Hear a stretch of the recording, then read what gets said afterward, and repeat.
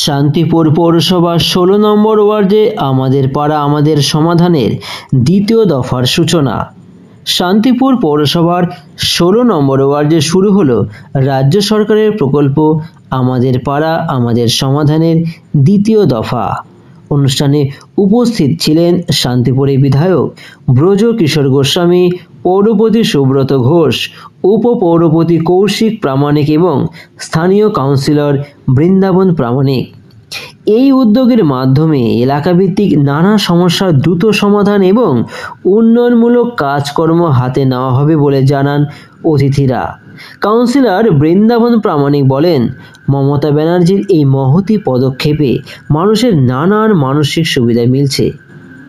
একেবারে পাড়ায় বসে নাগরিকরা পাচ্ছেন এই পরিষেবা।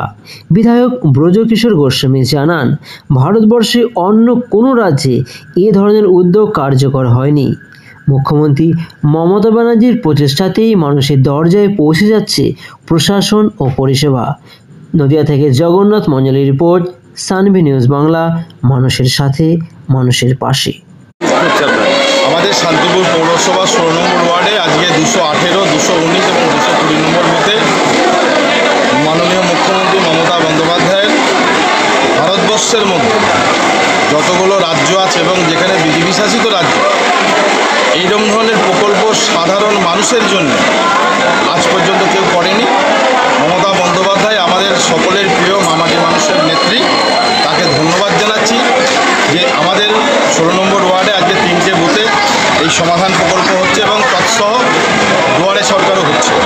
মানুষ প্রবল উৎসাহে তারা নিজেরা এসে নিজেদের পাড়ার উন্নয়ন এখানে দাবি রেখে মুখ্যমন্ত্রীর কাছে আবেদন জানাচ্ছে যে আমাদের এই কাজগুলো সম্পন্ন করার জন্য। এই প্রকল্প ইতিপূর্বে ভারতবর্ষের কোনো মুখ্যমন্ত্রী করেনি।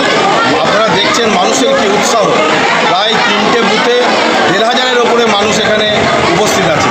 মমতা বন্দ্যোপাধ্যায়কে ধন্যবাদ জানাচ্ছি যে মানুষ স্বাধীন